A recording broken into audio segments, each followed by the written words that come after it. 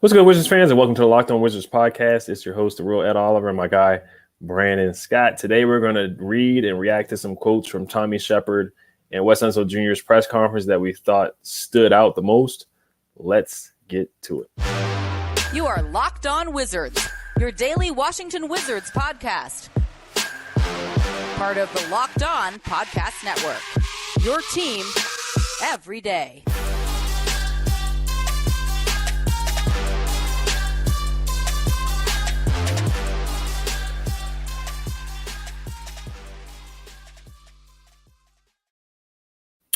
Welcome to the Locked On Wizards podcast. I just want to thank you guys for making Locked On Wizards your first listen every day. We are free and available wherever you get podcasts. All right, so Wes Unseld Jr. and Wizards president Tommy Sheppard had a press conference the other day. We're just going to read and react to that. The team is getting back. Media day is on Friday. Training camp is getting started as well. I can't wait. I'm super, super excited. How you feeling today, Brandon? Feeling good. Ready for some Wizards basketball. I'm ready to rock. Yes, sir. Yeah. Commanders let us down, but, we're hoping the Wizards can pick us back up. They're getting back, so we won't get into that. But the first quote stood out to me was Wes Unseld Jr. This is from Chase Hughes. He tweeted this out. The press conference is on YouTube. If you guys didn't get to watch it, it's on Hoop District and it's on the team website as well. It's about 50 minutes long. The first one that stood out to me was Wes Unseld Jr. said the Wizards starting 3 spot is wide open entering training camp. Brandon, what's your thoughts on that? Well, I think a lot of people kind of saw that coming with the performance from Deni from FIBA. With his performance, he had his highs and he had his lows, but it was a very, very promising performance overall. And you really have to kind of look at that. Does he have the potential to start? And, I think, you kind of got to look at, the possibility of Deni starting, and Will Barton being the sixth man. So, yeah, I think that's a good move. I think that comes, I think competitiveness and competing for the job is the type of atmosphere you want to instill in this team. So, that's a good sign for me. Mm-hmm. So what it read to me is that I think Kuz is already penciled in at that 4. He could have started the 3, but I think we already know that. And Porzingis at the 5. Like you said, Deni, he's going to be fighting for it. Will Barton's going to be fighting for it. Corey Kispert possibly could be fighting for it too. Rui could be fighting for it. Who knows? But somebody's got to step up and separate themselves. So if you had to pick, who would you have as your starter at the 3? And then, of course, putting your Wes Unseld Jr. glasses on, who do you have starting at that 3 spot? If it was me, I would start Deni easy because the reason for that, his shot is still developing, and his vision is getting better. But that defense is already elite level defense, and in this offense, he doesn't really need a lot of touches. Really, his biggest asset to give the team is his defense. So I would easily put Deni in there, and I would put Barton in the 6-man role. But what does Wes Unseld do? That's shaky because I could see him kind of going along the same lines. If you look at the press conference, they mentioned Deni and KP and their performances in FIBA, and you got to believe that they came away impressed. Like I said, the defense is already there. If you look at the long list of names that he shut down last season, throwing up the X, man, his defense is already there. So, yeah, I think that, probably within the first 10, 15 games, you can see Barton starting at the 3. But I think as the chemistry grows and Deni kind of settles into his role, you can easily see Deni starting at the 3. Mm-hmm. Yeah, he did a great job against Giannis, Jimmy Butler, Brandon Ingram, like you said, throwing up the X when we started that 10-3 start. Now, looking through us Unseld Jr.'s eyes, where, another Commander reference, I think he is thinking like Ron Rivera, where he brings his Panthers guys in, where Wes is familiar with Will Barton. He's familiar with Monte Morris. I think both those guys are starting. I think Wes brought these guys over here for a reason to feel comfortable. We're going to talk about chemistry later because a lot of the press conference is about, chemistry and being comfortable. I think these guys are going to make Wes feel comfortable. I think they were comfortable moves or comfortability moves because last year the chemistry was really up and down, or it was down for the most part after the 10-3 start. But I think through, like I said, I think through Wes's eyes, he's going to start Will Barton. I think Will right now, he's more advanced offensively than Deni, but of course, I think Deni is the better defender. I think Deni, he has some improvement areas, his 3-point shot, finishing around the rim, making layups. Now, he did show a lot of improvement in FIBA, like you said, Eurobasket. Tommy Sheppard said he went to the Finland game. That was Deni's best game, where he had 23 points and 15 boards and a couple assists, where he looked like a guy that can really make a leap in that game. But, Will Barton's the polished guy. I think, like we brought up before, I think Will the Thrill is probably better suited to come off the bench as that 6th man, just a 6-man microwave scorer. I think he can be kind of like how Montrez was really good off the bench last year. I know Will's a guard and / small forward swingman. I think Will could be really good in that role off the bench, where he might have some 20, 25-point games where the crowd's going crazy. He's getting hot, just heating up off the bench. And like I said, I wouldn't sleep on Rui. I wouldn't sleep on Corey, but I think the 2 front runners are Deni and Will. But Deni's got to show it. He's got to step up. And I know Will Barton, he's just a more aggressive guy on offense. But defensively, yeah, Deni would help us out because we would have more switchability, guys with long arms, long wingspan. He's a good connector. So there's pros and cons to both guys for sure. But I do think Wes is going to go with Will right now because he's more advanced offensively. He's a better 3-point shooter. He's a better passer. He's more athletic right now than Deni, and he can dribble with both hands. Deni still has to work on that left hand as well. So that's how I see it shaking out. Oh, no, I totally agree. I think experience is the biggest factor right here. Barton's been in the league for a minute. Deni's, he's still a young player. He's still learning. He's still developing his game. So, there's a lot of factors. I think experience, chemistry is going to come along. How they fit. I still think there's going to be a consolidation trade because, there's a lot of pieces of the 3 or 4 positions.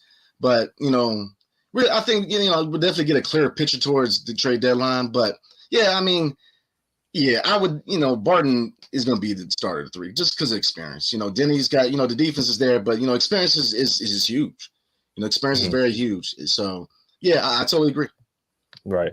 Yeah, from a development standpoint, yeah, we want to see one of our guys step up. We want to see Deni start or Rui start at the 3. We want to see those guys get those minutes and develop. We don't want to see these guys on the bench that, Deni was your 9th pick and Rui was your 9th pick. Corey Kispert, your 15th pick. We don't want to see these guys, coming off the bench. You would think, their 3rd year coming in, they're clear starters. And Rui has started before. Deni started his rookie season. Corey Kispert started a lot of games too. So it's not all about who starts, who finishes. It's about minutes, who finished the game, the flow of the game. Can Wes Unseld Jr. Get the best feel of the game and, who to put in at certain moments, who to finish the game, who to start, or, who's coming in, staggering minutes. So a lot of it's on Wes too. He's got to figure that out. There's a log jam at positions still. Like you brought up the consolidation trade that probably will happen at the trade deadline. So a lot of things to figure it out, but they have to compete. Deni's got to step up. Rui's got to step up. They got to earn it and they got to show it. So I'm intrigued to see how these guys step up in training camp. So, but we're going to get to some more quotes here. But before we do get to that, this episode is brought to you by Bet Online. BetOnline.net is your number one source for all your pro and college football betting needs and sports info this season. Find all the latest football league developments, game matchups, news, and podcasts, including this year's opening week's games. BetOnline is also your continued source for all your sporting wagering information, including live betting, esports, and scores. The fastest and easiest way to check in on all your favorite sports and events, including MLB, MMA, boxing, and golf. Head to the website today or use your mobile device to learn more about the trends in action. BetOnline where the game starts. All right, so another quote that stood out to me was the one about Kristaps Porzingis. I was very happy about that. This one was from Who District. They put it out on Twitter. Wes Unseld Jr. says that there is no plan to limit Kristaps Porzingis' minutes or sit him on back-to-backs. How did you feel about that quote? Man, I'm feeling optimistic. Look, take the reins off. You know what I'm saying? Let him play. He's ready to rock. FIBA, he was rocking. He's got the beard. He's got the new attitude. He packed a little muscle on. Yeah, let him play. I think that's good news. I think last season we kind of, we were looking at Spencer Dinwiddie when he had, they were questioning whether to play him back-to-backs because of, the ACL injury. We don't have those restrictions this season. I think the big thing why I'm optimistic about this team is that, they're starting from the gate ready, prepared. They're already working on chemistry. They're working together. There's no restrictions. There's nothing holding them back. We can, if we build momentum, that we can roll with that. Last season, yeah, we had a 10-3 start, but a lot of factors came in. Rui wasn't back yet. We still waiting on Thomas Bryant. We had too many guys. Trying to work the minutes out. We don't have those issues now. So I'm very optimistic because you don't want to start out a season with issues, with questions. So hey, let them play. I'm ready to roll. Right. Yeah, that's what we brought up in the last episode about optimism. Like you said, Dinwiddie had to sit out back-to-backs. Even Russell Westbrook, when he came here too, he was sitting out back-to-back. So a lot of our big free agent acquisitions have always had some type of injury. You can take it back to Dwight Howard or even CJ Miles and guys being brought in as big name acquisitions, but they're hurt, they're injured. So, what's going on? You question, what's up with the training staff? Are they evaluating these guys correctly? But Kristaps, the injury history there. If we can get 65 to 70 games from him out of an 82 season, I think that would be awesome for him. And I think he has a bounce back revenge season. I think bearded Porzingis is a guy that can really dominate. And the last 17 games, he looked really good. And a huge thing is just health, man. We have a fully healthy team, knock on wood, which is really unique. It's a unique thing for the Wizards. It's something that we don't see a lot. Bradley Beal, he's on pace to be ready for game one as well. I don't know if he's going to be playing the preseason or not. We'll see. I know the preseason is coming up pretty soon. The first game is September 30th. That game's at 6 a.m. in Japan. So, I'm going to try to wake up early and watch that. I'll probably watch the rerun if I can. But, yeah, I'm excited for this health, man, because we're going to need all hands on deck because the Eastern Conference is a tough conference. We're going to need all hands on deck. And this helps with chemistry, too, because it's not like, oh, we got to wait for Rui to come back. I know Rui had his personal matters, but, him coming back in the middle of the season is tough on coaches. It's tough on Rui. They had a long ramp up period with him. Thomas Bryant coming back from the ACL injury. I know that was tough for Wes Unseld Jr. trying to bring him back, and then they tried to showcase him in Montrez. And then Gafford sat down on the bench. So it was a lot of weird stuff. We don't have to deal with that this year. So I'm excited for that we can have everybody in training camp. We see everybody. We know what everybody's been doing over the offseason. I'm just very happy about that. Everybody's healthy. Totally agree. But I think one factor that we don't look at is how this is a breath of fresh air for Wes. As a first-year head coach, to come into that situation where, you're trying to implement yourself and make a name for yourself this organization, and then you have to deal with all those factors, the injuries, the rotation, too many guys, Thomas Bryant, you know what I mean? Like, he had to deal with a lot for a first-year coach. He did. And, he still he kept the ship right on course. So I think a lot of props goes to Wes Unseld because, that's a chaotic situation to walk into for any general manager, So, yeah, I totally agree. Coming into the season with, clear head, chemistry's already set up. I'm very optimistic. I'm very excited. I think that a lot of people are writing us off. I think we're a very underrated team and we're a sleeper. So, yeah, I totally agree. Yeah. I mean, our over-under bet online is 35.5, so we definitely are being slept on. I think the Wizards are definitely better than that. They did the same thing with that last year too. But health is going to be huge. It's huge for every single team, but it really is huge for the Wizards. So we do want to get to some chemistry. Here are some quotes that we listened to and heard about chemistry. Brandon talked about the podcast. He talked about the press conference before we got on too. A quote from Tommy Sheppard was, "Sometimes the best coaches are the players in the locker room." Tommy Sheppard pointed to veteran additions from winning organizations. What were your thoughts on that? That is my favorite quote from the press conference, and sheds a light on the importance of Brad Beal. Being that guy, being that voice in the locker room, a lot comes with being that top guy, being, is a lot more than the contract. There's a lot of responsibility with that. And that's one thing I'm looking forward to seeing from Bradley Beal this season is taking that team leader position, digging into people when they're, not doing the right thing, really getting involved, and look, chemistry and veteran presence is very important. Look at any successful team or even dynasty in the NBA. There's always that veteran presence. Look at Golden State. You had Iguodala. Hey, his importance is, we always talk about Curry and Clay and Draymond, but, Andre Iguodala was probably one of the most important pieces of that team. So, you look at any successful team, veteran presence is important. Taj Gibson is going to provide that. You know, he's been in the league for a while. He's a very respected player. You know, and he was a dog, man. Don't forget that. Look, Josh was a dog, man. You know, he was fighting folk. You know, he was. So they're going to bring that mentality that we're looking forward from this team. You know, the dog mentality. You know, the chemistry. You know, very excited. So, you know, that's my favorite part of what they said in the press conference. That's what I'm looking forward to. Yeah. Do they have that dog in them? Tommy Sheppard, he said he's looking for more dogs. I think Taj Gibson is one of them. He may not be playing at a high level, but you know, you can look at him as a Udonis Haslem type of guy, as an extended coach. Monte Morris is an extension of the coach. There's been reports saying that Monte Morris and Wes Unseld Jr. have been, you know, like peas in a pod, very close together. They've been traveling together. They talked about the Wizards way as well per Bally Sports. I don't know what the Wizards way is just yet, but you know, last year we just didn't have. I'm not gonna say we didn't have a lot of leadership, but Bradley Beal, he's not much of a vocal leader from what I've seen and heard. Montrezl Harrell, you know, said he was policing guys. You know, Montrezl was saying that he's the bad cop and Brad is the good cop because Brad is a guy that sets it more by example than telling guys. You know, when Russell Westbrook was here, you know, you could see him yelling at guys, yelling at Gafford, yelling at Rui, yelling at Deni to shoot the ball more when Deni wasn't shooting the ball or he was hesitant to shoot the ball. So is Brad that kind of guy? Can he step up and be more of a vocal leader? As he's getting older and learning more to do that, you know, he's still 29 years old. So some guys have it, some guys don't. But can Brad step up and do that? Can Porzingis be that kind of guy? You know, it's something like you said. It doesn't have to be the best player on the team. It could be like an Andre Iguodala, who's a veteran, who's, you know, he might be averaging 5 points a game. But he's still telling other guys who are averaging 20, 25, you know, hey, be here on defense or be here on offense. You got to listen to the coach or set this screen that way or run this way. So there's different leaders that can step up. It doesn't just have to be the best player on the team, even though you would like it to be the best guy on the team.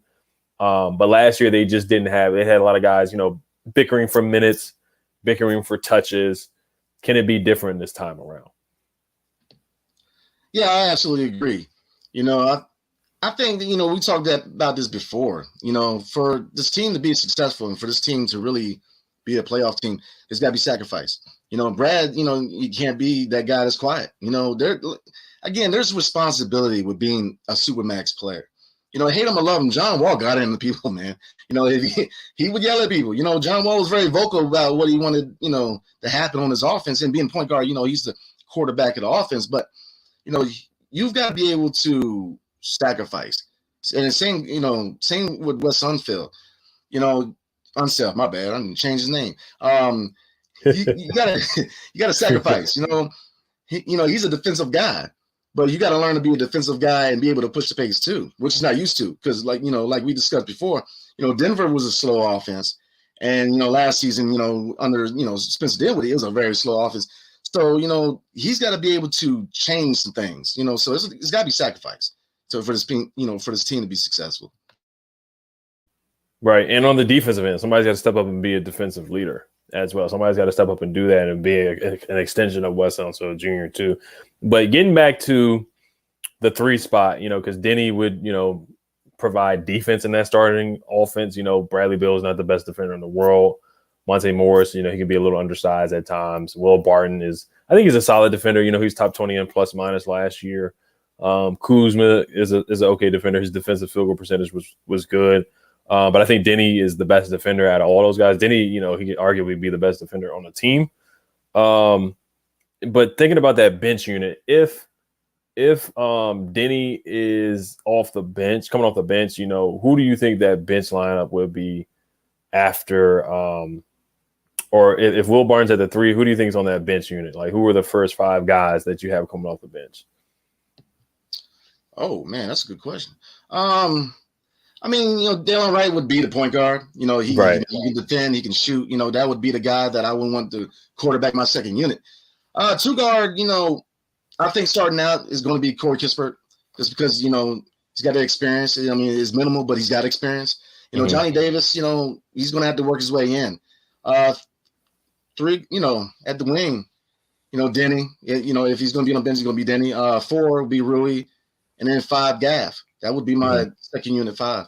Right. Okay. So do you think that the starting 5 would need more?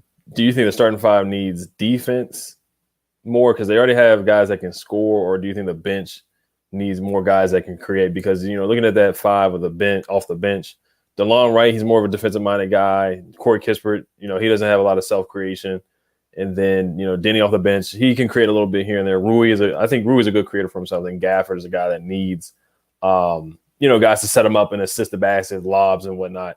So do you think it would be so? Yeah, but you already feel like that way too. So you think the offense, you think the starting five could use Deni's offense more than the bench could use Will Barton's, or the bench needs Will Barton's offense.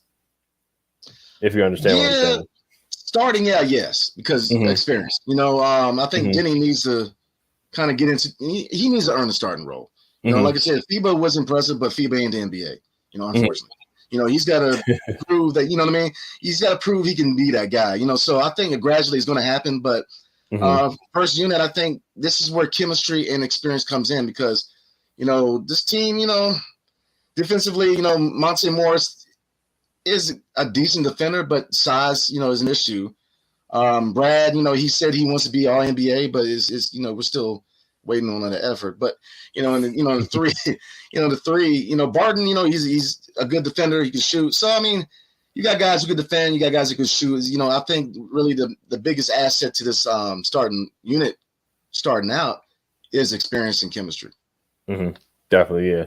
Yeah, I think the bench unit is what I was trying to say. They could really use Will Barton scoring, but you know they could keep Will Barton and stagger his minutes with Corey Kispert, with Gaff, because Barton said he wants to play with Big Gaff. He wants to throw lobs to Gaff and whatnot. So, but when we wrap up, we do want to read. We're going to read a couple of comments that you guys responded to our optimism. I just got to put it up on the Locked On Wizards YouTube. We're going to do that. We're going to look at the social media, how you guys responded to the episode and whatnot. Three reasons why you should be optimistic about the Washington Wizards this upcoming season. So somebody said Kuzma will break out even more this year.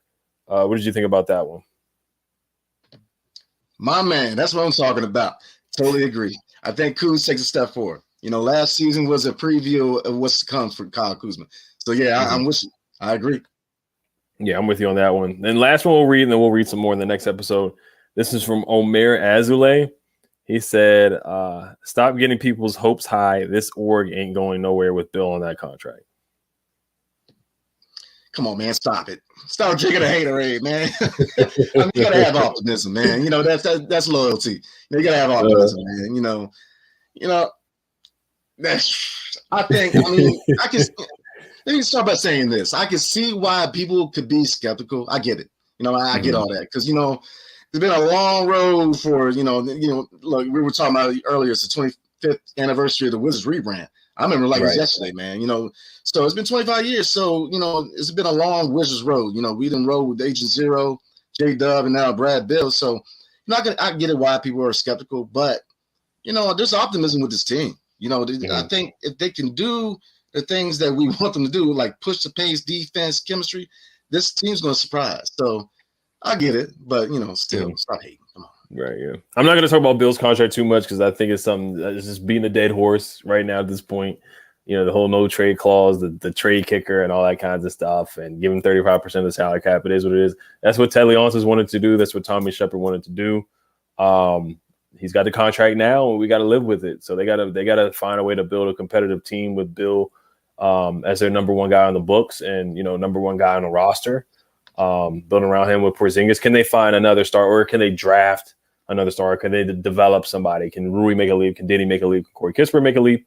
Or even Johnny Davis in the next 2 years? Can somebody step up, or somebody has to play above expectations for them to be really, really competitive in the Eastern Conference? But I think they can be competitive.